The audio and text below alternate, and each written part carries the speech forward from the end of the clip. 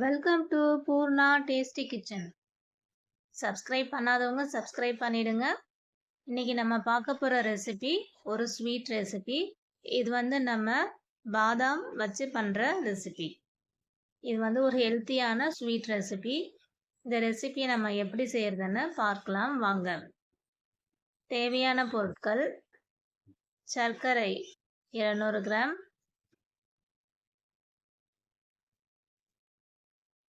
தோல் உரித்த பாதாம் பருப்பு 200 கிராம்,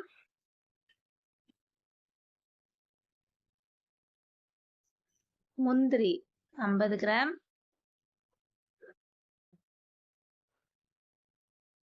மில்க் மேட் 50 ml,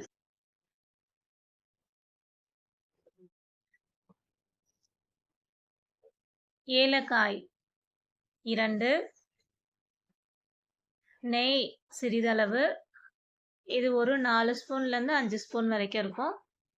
இவ்வளவுதான் நமக்கு தேவையான இன்க்ரீடியன்ஸ். வாங்க செய்முறையே பார்க்கலாம். ஒரு இரும்பு கடாய் எடுத்திருக்கேன்.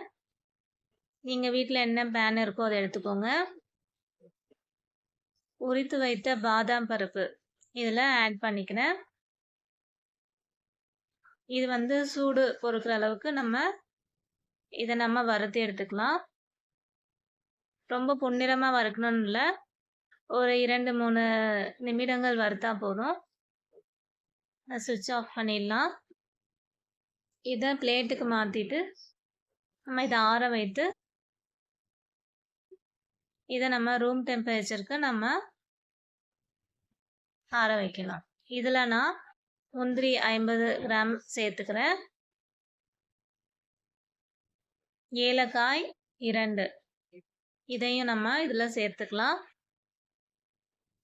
இதை நம்ம நல்லா ஆற வச்சுட்டு தண்ணி விட்டு நல்லா மைய அரைச்சு நல்லா ஃபைன் பேஸ்ட்டாக எடுத்துக்கலாம். இந்த நல்லா ஸ்மூத்தாக நல்லா அரைஞ்சிருக்கு. இது பார்க்கவே ரொம்ப அழகாக வந்திருக்கு, உங்களுக்கே தெரியும்.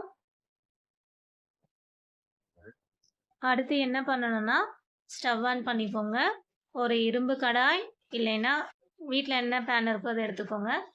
இதில் நம்ம எடுத்து வச்சிருக்கிற 200 கிராம் சர்க்கரையை இதில் ஆட் பண்ணிக்கிறேன்.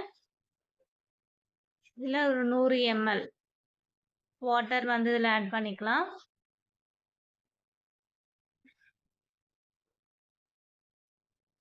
சர்க்கரையும் தண்ணியில் நல்லா கலந்து நல்லா மிக்ஸ் ஆகணும்.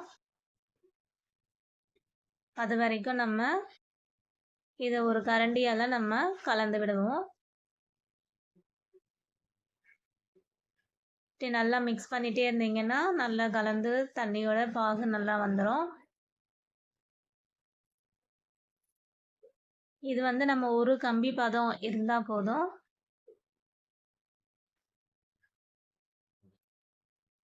நல்லா கொதிச்சு நல்லா வந்திருக்கு. நல்லா சர்க்கரை பாகு இப்போ நல்லா ரெடி ஆயிட்டிருக்கு.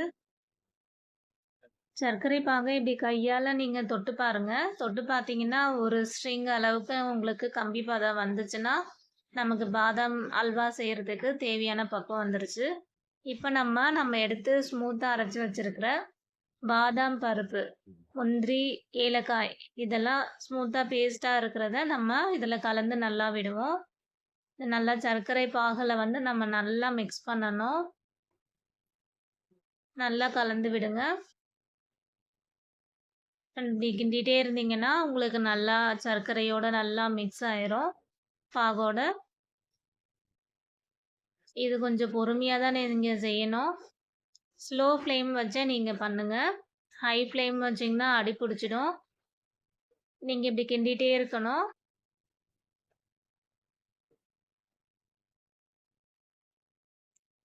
நீங்கள் இதே மாதிரி பண்ணிகிட்டே இருந்தீங்கன்னா நமக்கு ஸ்மூத்தான ஒரு அல்வா ரெடி ஆயிரும்.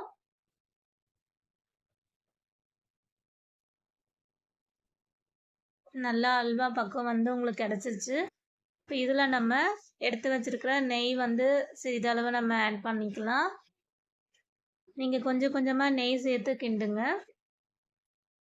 ஒரே டைமில் நீங்கள் நெய்யை போட்டுடாதீங்க. கொஞ்சம் கொஞ்சமாக போட்டு நீங்கள் கிண்டிங்கன்னா தான் அந்த அல்வா வந்து உங்களுக்கு எல்லாத்துலேயும் நல்லா மிக்ஸ் ஆகும். லாஸ்ட்டாக தான் நீங்கள் நெய் சேர்க்கணும்.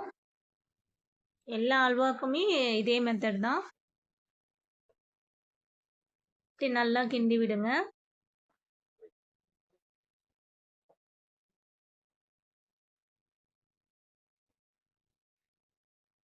பாதாம் கட்லிக்கும் இதே மெத்தட் தான். ஆனால் நம்ம இதில் மில்க் மேடு சேர்க்குறோம். நம்ம வந்து பாதாம் கட்லிக்கு வந்து மில்க் மேடு சேர்க்க மாட்டாங்க. அதே மாதிரி சர்க்கரை வந்து தண்ணியோட அளவும் வந்து கொஞ்சம் கம்மியாகும். இதுதான். இப்போ நம்ம மில்க் மேடை ஆட் பண்ணிக்கலாம். நீங்கள் லாஸ்ட்டாக தான் மில்க் மேட் வந்து ஆட் பண்ணணும். இந்த அல்வா வந்து ரொம்பவே டேஸ்ட்டாக இருக்கும் சாப்பிட்றதுக்கு. இது நம்ம மில்க் மேடு சேர்க்கறதுனால ஒரு பால்கோவா டேஸ்ட்டும் ஒரு பாதாம் ஃப்ளேவர் டேஸ்ட்டும் உங்களுக்கு மிக்ஸ் ஆகி நல்லாவே கிடைக்கும். குங்குமப்பூ இருந்துச்சுன்னா நீங்கள் அதில் கலந்து நீங்கள் பாலில் கலந்து லைட்டாக நீங்கள் இதில் ஃப்ளேவருக்கு போட்டுக்கலாம். அல்வா வந்து இப்போ நல்லா உங்களுக்கு ரெடி ஆயிடுச்சு. இப்போ நான் ஒரு பிளேட் எடுத்துக்கிறேன்.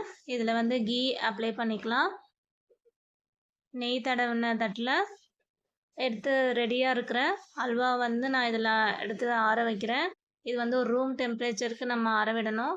ஒரு ஃபுட் கலர் ஆஃப் அல்வா வந்து நான் பேனில் வச்சுருக்கேன். இது வந்து ஸ்டவ் ஆனில் தான் இருக்குது. இப்போ வந்து நான் ஃபுட் கலர் வந்து கொஞ்சம் ஆட் பண்ணிக்கிறேன். குங்குமப்பூ வந்து இப்போ என்கிட்ட இல்லை. அதனால் வந்து கொஞ்சம் அழகாக இருக்கணுன்றதுக்காக நான் இதில் ஃபுட் கலர் கொஞ்சம் ஆட் பண்ணியிருக்கேன். இதை வந்து நெய் தடவின தட்டில் இந்த ஒரு ஆஃபை வந்து நான் எடுத்து அப்ளை பண்ணி எடுத்து வச்சுக்கிறேன். இது நம்ம ரூம் டெம்பரேச்சருக்கு ஆற விடலாம். இது சூடாக சாப்பிட்றதுக்கும் நல்லாயிருக்கும். இதை வந்து நான் இந்த ஃபஸ்ட்டு வச்சுருக்கிற அல்வாவில் இந்த இன்னொரு கலர் அல்வாயும் நான் அப்ளை பண்ணிக்கிறேன். இது வந்து நம்ம டபுள் கலராக கிடச்சிருக்கு. இது வந்து ஒரு ஸ்பூனில் எடுக்கும்போது உங்களுக்கு டபுள் கலராக உங்களுக்கு வரும். பார்க்கவே உங்களுக்கு அழகாகவும் இருக்கும். ரெசிபி ட்ரை பண்ணுங்கள். சப்ஸ்கிரைப் பண்ண மறந்துடாதீங்க. அப்போ தான் நான் போடுற வீடியோஸ்லாம் உங்களுக்கு நோட்டிஃபிகேஷனுக்கு வரும். தேங்க்யூ ஃபார் வாட்சிங்.